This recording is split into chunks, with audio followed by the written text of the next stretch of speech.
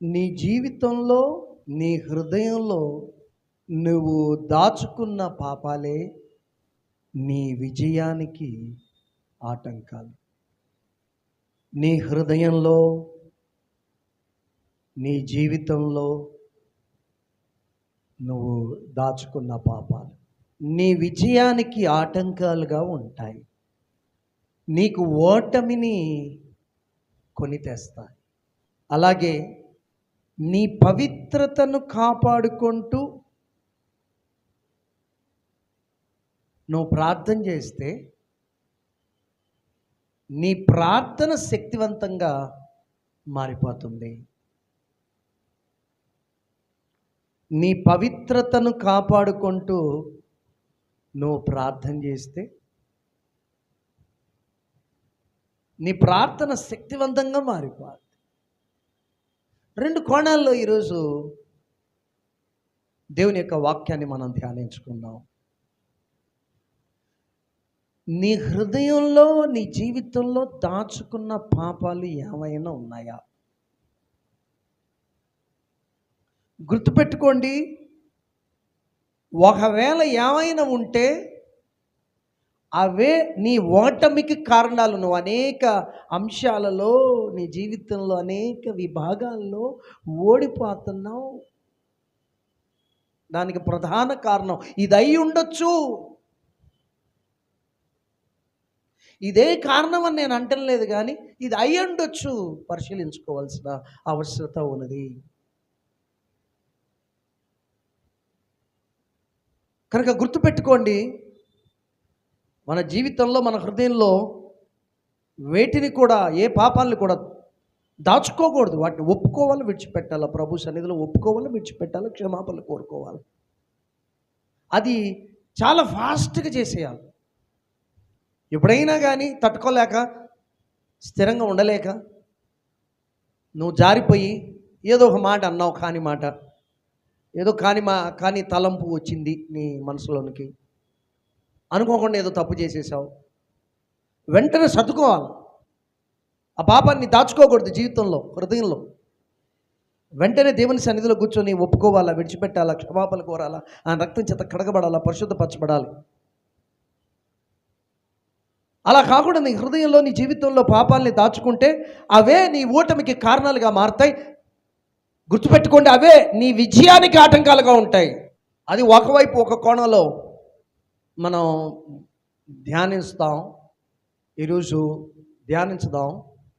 అలాగే ఇంకో కోణంలో ప్రార్థన చేసేటప్పుడు నీ పవిత్రతను కాపాడుకుంటూ ప్రార్థన చేయాలి. ఇది చాలా ప్రాముఖ్యమైన అంశం. నీ పవిత్రత, నువ్వు ప్రార్థన చేయకపోయినా పర్వాలేదు,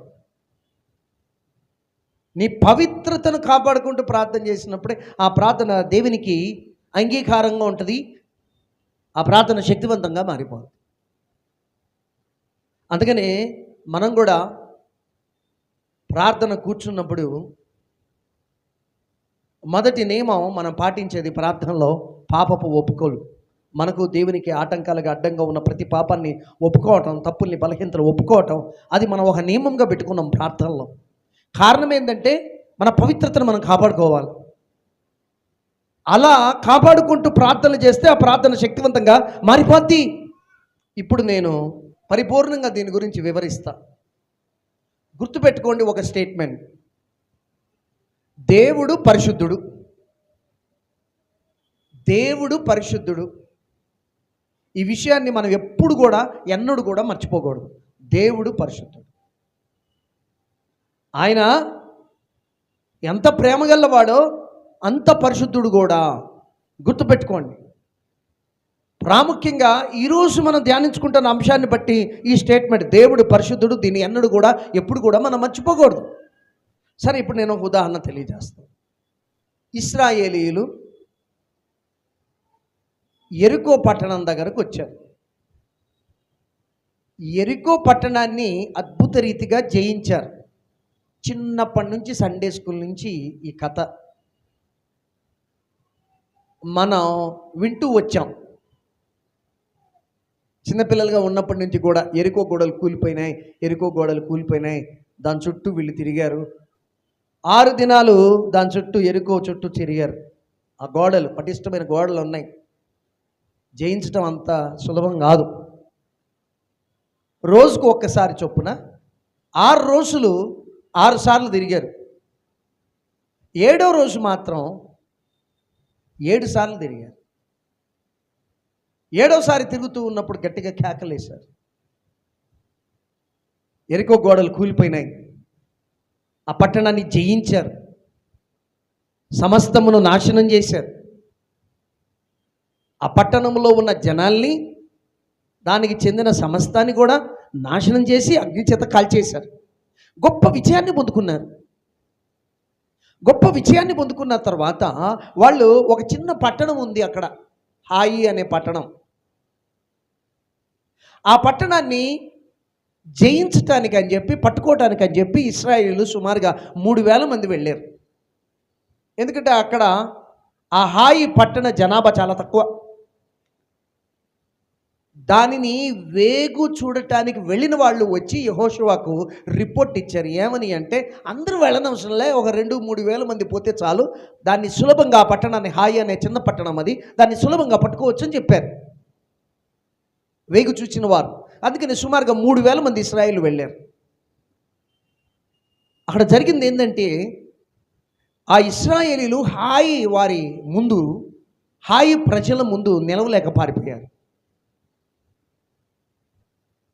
దుఃఖకరమైన, బాధాకరమైన విషయం ఏంటంటే, హాయి వారు 36 మంది ఇశ్రాయేలీలను చంపేశారు, హతం చేశారు. ఇశ్రాయేలీలు ఓడిపోయారు.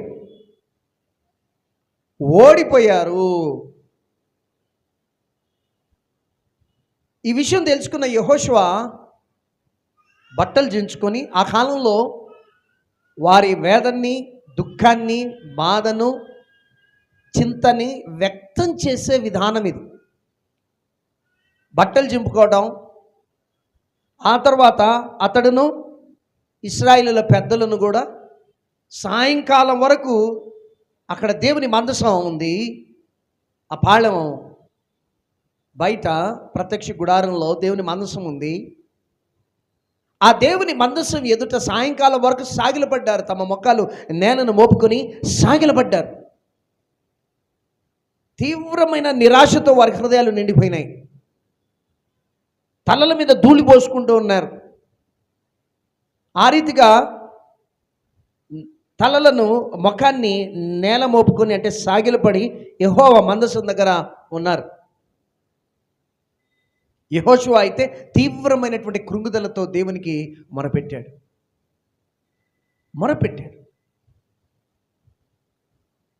మాకెందుకు ఓటమి వచ్చింది? మేమెందుకు శత్రువులు ఎదుట నిలవలేకపోయాం? పారిపోవాల్సిన వచ్చిన పరిస్థితి వచ్చింది.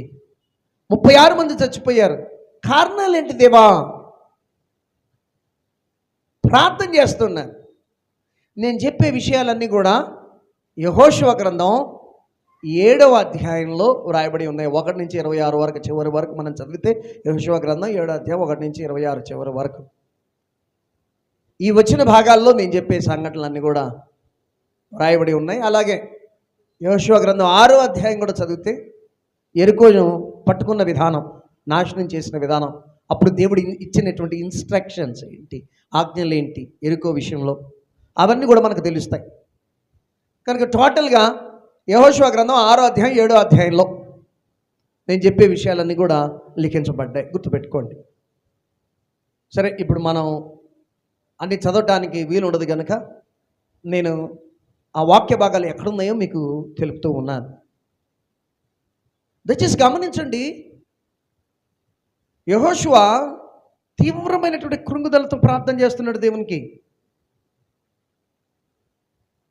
కొన్ని సమయాల్లో, దయచేసి గమనించండి, కొన్ని సమయాల్లో ప్రార్థన చేయటం అనేది అసందర్భంగా ఉంటుంది, తగినటువంటిదిగా ఉండదు, అసందర్భంగా ఉంటుంది. ఇది ఇలాంటిదే ఇప్పుడు ప్రార్థన చేయటం అనేది. అందుకనే దేవుడు ఏం చెప్పాడు తెలుసా యెహోషువతో? లెమ్ము, సాగిలపడ్డావు ఎందుకు? ముఖం నేల మోపుకొని ఇక్కడ కూర్చున్నావు ఎందుకు? లెమ్ము, ప్రార్థన చేయొద్దయ్యా. గమనించండి ఈ సత్యాలు. వాళ్ళు ఓడిపోయారు, ఇశ్రాయేలీలు. 36 మంది చంపబడ్డారు. యెహోషువ బాధతో దేవుని మందసం ఎదుట సాగిలపడి మొరపెట్టుకుంటున్నాడు.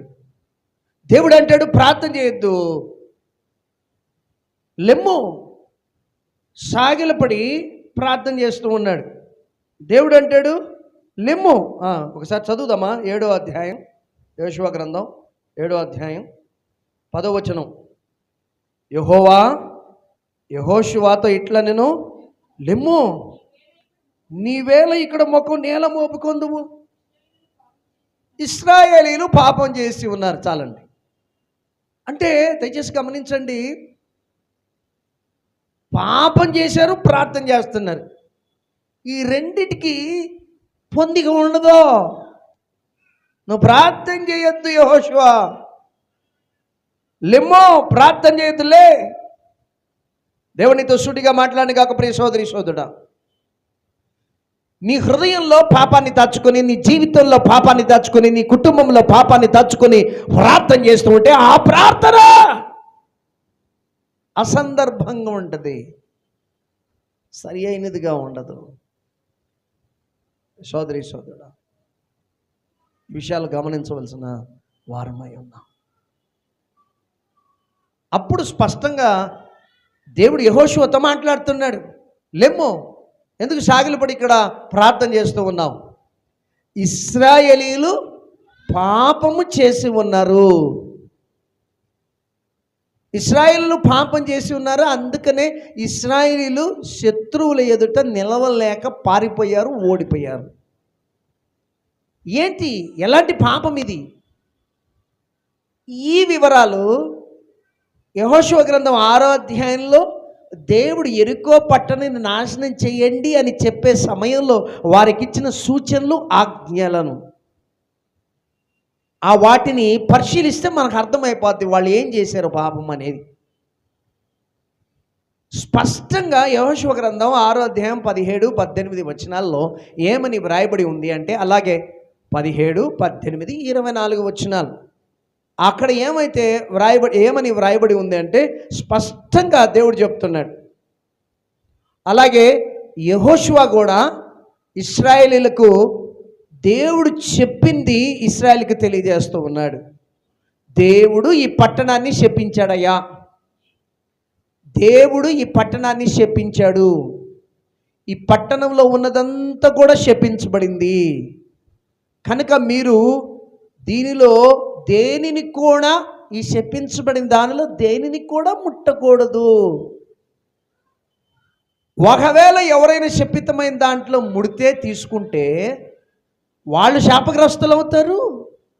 ఇశ్రాయేలు పాలెం మీదకి శాపం తెప్పించి దానికి బాధ కలగజేయుదురు.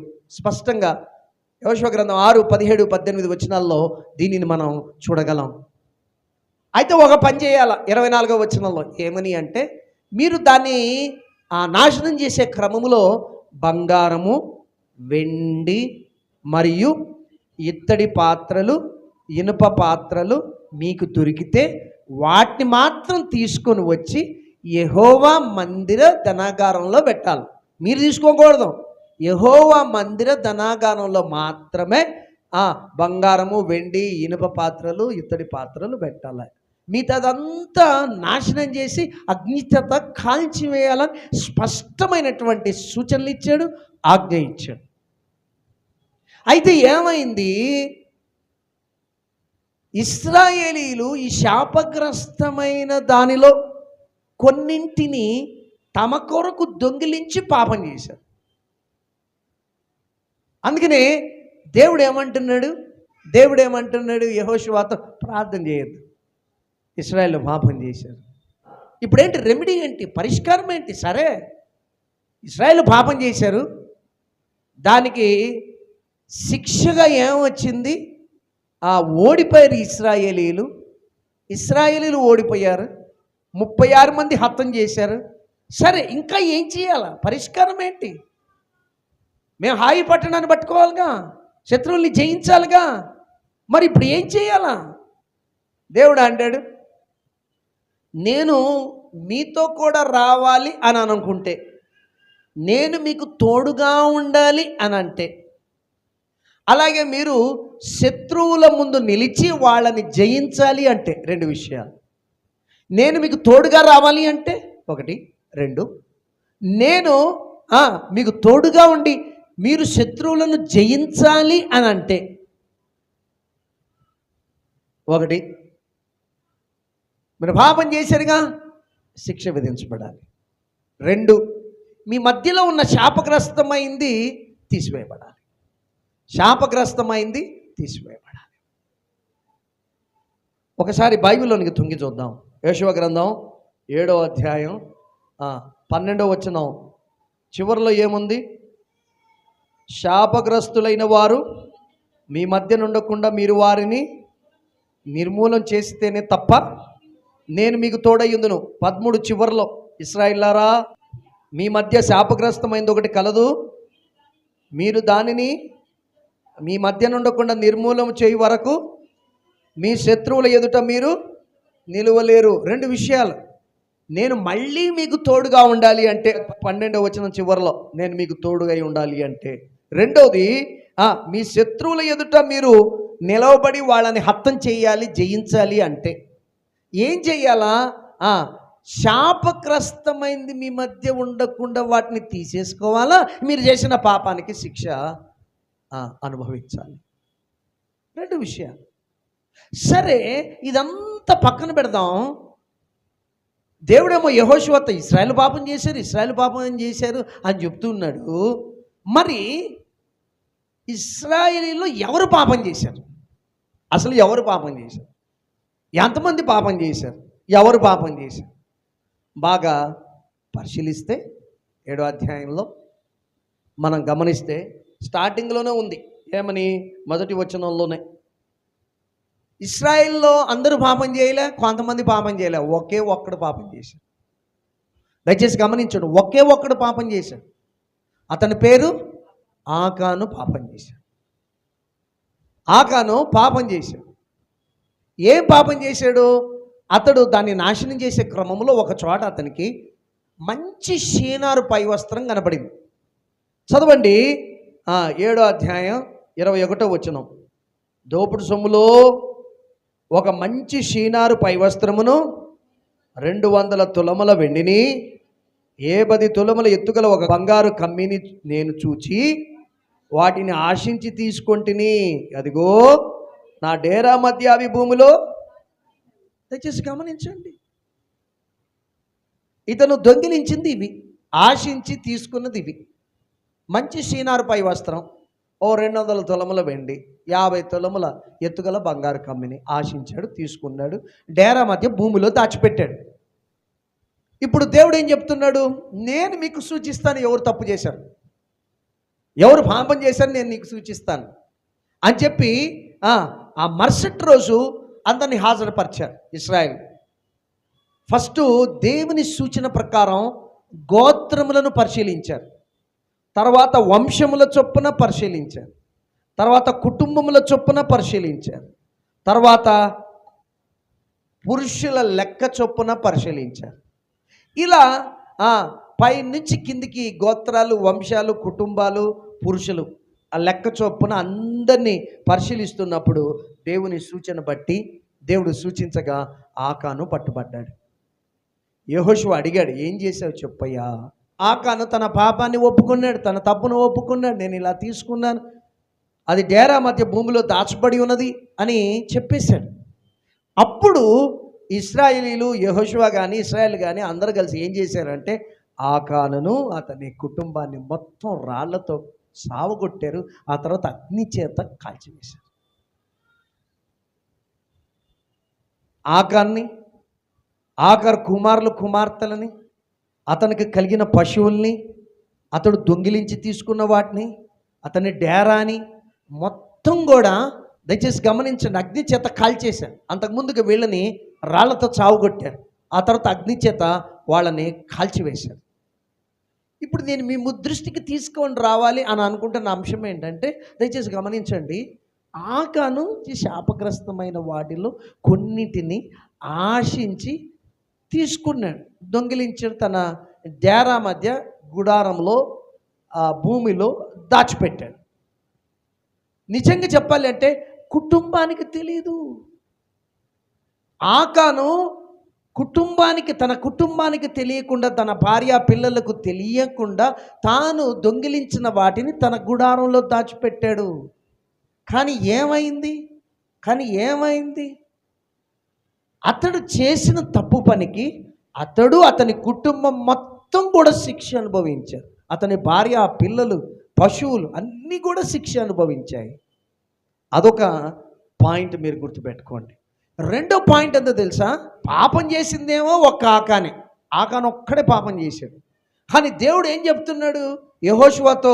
ఇశ్రాయేలీయులు పాపం చేశారు. 11వ వచనం ప్రారంభంలో ఏముంది? 7వ అధ్యాయం 11వ వచనం. ఇశ్రాయేలీయులు పాపం చేసి ఉన్నారు. దయచేసి ఈ విషయం గమనించాలా. పాపం చేసింది ఎవరు? ఆకాను అని ఒకే ఒక వ్యక్తి. కానీ దేవుడు ఏమంటున్నాడు? ఇశ్రాయేలు పాపం చేశారు. పాపం చేసింది ఒకే ఒక వ్యక్తి. కానీ అతడు చేసిన పాపం మొత్తం ఇశ్రాయేల్ సమాజంకంతా కూడా ఆపాదించబడింది. ఇశ్రాయేల్ సమాజం మొత్తంకి ఆపాదించబడింది. అంటే ఆకాను పాపం చేశాడు, ఆకాను శిక్ష అనుభవించాడు, ఆకాను కుటుంబం శిక్ష అనుభవించింది. అలాగే ఆకానుకు చెందిన ఇశ్రాయేల్ జాతి మొత్తం శిక్ష అనుభవించింది. ఓడిపోయారు. 36 మంది యుద్ధంలో చనిపోయారు. అందరూ కూడా శిక్ష అనుభవించారు. ఇది మనం గమనించవలసిన సత్యం. నువ్వు పాపం చేస్తే నీ మీదకి శిక్ష వస్తుంది, నీ కుటుంబం మీదకి శిక్ష వస్తుంది, నీకు చెందిన సహవాసానికి, సంఘానికి కూడా శిక్ష వస్తుంది. గుర్తుపెట్టుకోండి ఈ విషయాలు. ఇప్పుడు మనమందరం కూడా ఒక కుటుంబం. క్రీస్తు శిరస్సు, మనమందరం కూడా ఆయన శరీరంలో భాగం. అంటే ఒక కుటుంబం మనమంతా కూడా. మనం ఒక కుటుంబానికి చెందిన వాళ్ళు కనుక ఈ కుటుంబానికి చెందిన ఒకరు పాపం చేస్తే ఆ కుటుంబానికి మొత్తం, ఆ సహవాసానికి మొత్తం, ఆ సంఘానికి మొత్తం అపకీర్తి వస్తుంది. ఒకరు తప్పు చేసినా ఆ సహవాసం మొత్తం, సంఘం మొత్తానికి కూడా ఆ పాపం ఆపాదించబడుతుంది. ఈ విషయాలు మనం మర్చిపోకూడదు. చాలా తేలికగా తీసుకుంటాం. ఎంత సులువుగా బూతు మాటలు మాట్లాడేస్తాం, ఎంత సులువుగా పాపం చేసేస్తుంటే, ఎంత సులువు, లెక్కలేనితనం, నిర్లక్ష్యం. ఈరోజు చాలా జాగ్రత్తగా ఈ విషయాలు మనం గమనించాలి. స్టార్టింగ్లో ఒక విషయం చెప్పా, గుర్తుపెట్టుకోండి, ఒక స్టేట్మెంట్ అని. దేవుడు పరిశుద్ధుడు. ఈ విషయాన్ని మనం ఎప్పుడు కూడా మర్చిపోకూడదు. ఇప్పుడు దయచేసి గమనించండి. ఆకాను తప్పు చేశాడు. ఒక వ్యక్తి తప్పు చేశాడు, పాపం చేశాడు. శాపగ్రస్తమైన వాటిల్లో కొన్నింటిని ఆశించి, దొంగిలించి తన డేరా మధ్యలో భూమిలో దాచిపెట్టాడు. దాచిన పాపం, తన జీవితంలో దాచుకున్న పాపం మొత్తం ఇశ్రాయేలుల ఓటమికి కారణమైందే. దేవునితో సూటిగా మాట్లాడను కాక ప్రియ సోదరి సోదరుడా, నీ హృదయంలో దాచుకున్న పాపం, నీ కుటుంబంలో దాచుకున్న పాపం, నీ జీవితంలో దాచుకున్న పాపమే నీ ఓటమికి కారణాలేమో. నీ జీవితం అనేక భాగాల్లో ఓడిపోతున్నావుగా, అలసిపోతున్నావుగా, పోరాడలేకపోతున్నావుగా, విజయాన్ని పొందలేకపోతున్నావుగా. ఏదైనా పాపమేమో. పాపం ఒక్కటే కారణమని నేను చెప్పను, దయచేసి గమనించండి. ఎన్నో కారణాలు ఉంటాయి. అయితే దాంట్లో ప్రధానమైన కారణం పాపం. ఇప్పుడు నేనేమంటా, దేవుని సన్నిధిలో, దేవుని వాక్యపు వెలుగులో మీ జీవితాల్ని, హృదయాల్ని, కుటుంబాన్ని పరిశీలన చేసుకోండి. ఒకవేళ మీ ఓటమికి కారణం ఏదైనా దాచబడిన పాపమేమో, నీ హృదయంలో, నీ కుటుంబంలో, నీ జీవితంలో ఒప్పుకోకుండా, విడిచిపెట్టకుండా దాచుకున్న పాపం వలన నువ్వు అపజయాలు పాలవుతున్నావేమో, ఓటములు పాలవుతున్నావేమో, విజయాన్ని పొందుకోలేకపోతున్నావేమో. దేవుడు నీతో సూటిగా మాట్లాడనుగాక. 2 అంశాలని చెప్పానుగా. ఈరోజు మనం ధ్యానిస్తున్న అంశం, నువ్వు దాచుకున్న పాపాలే నీ ఓటమికి కారణాలేమో పరిశీలించుకో. ఆకాను పాపం చేశాడు, ఒప్పుకోలే.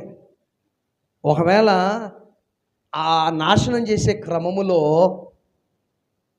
పాపం చేసి ఆ తర్వాత రియలైజ్ అయ్యి ఈ ఓటమి రాకముందే యెహోషువ దగ్గరకు వచ్చి క్షమాపణలు కోరుకొని ఉంటే, తను చేసిన పాపాన్ని ఒప్పుకుంటే క్షమించబడేవాడేమో మనకు తెలియదు. కానీ దాచుకున్నాడు. దయచేసి గమనించండి, నేను చెప్పేది ఒకటి.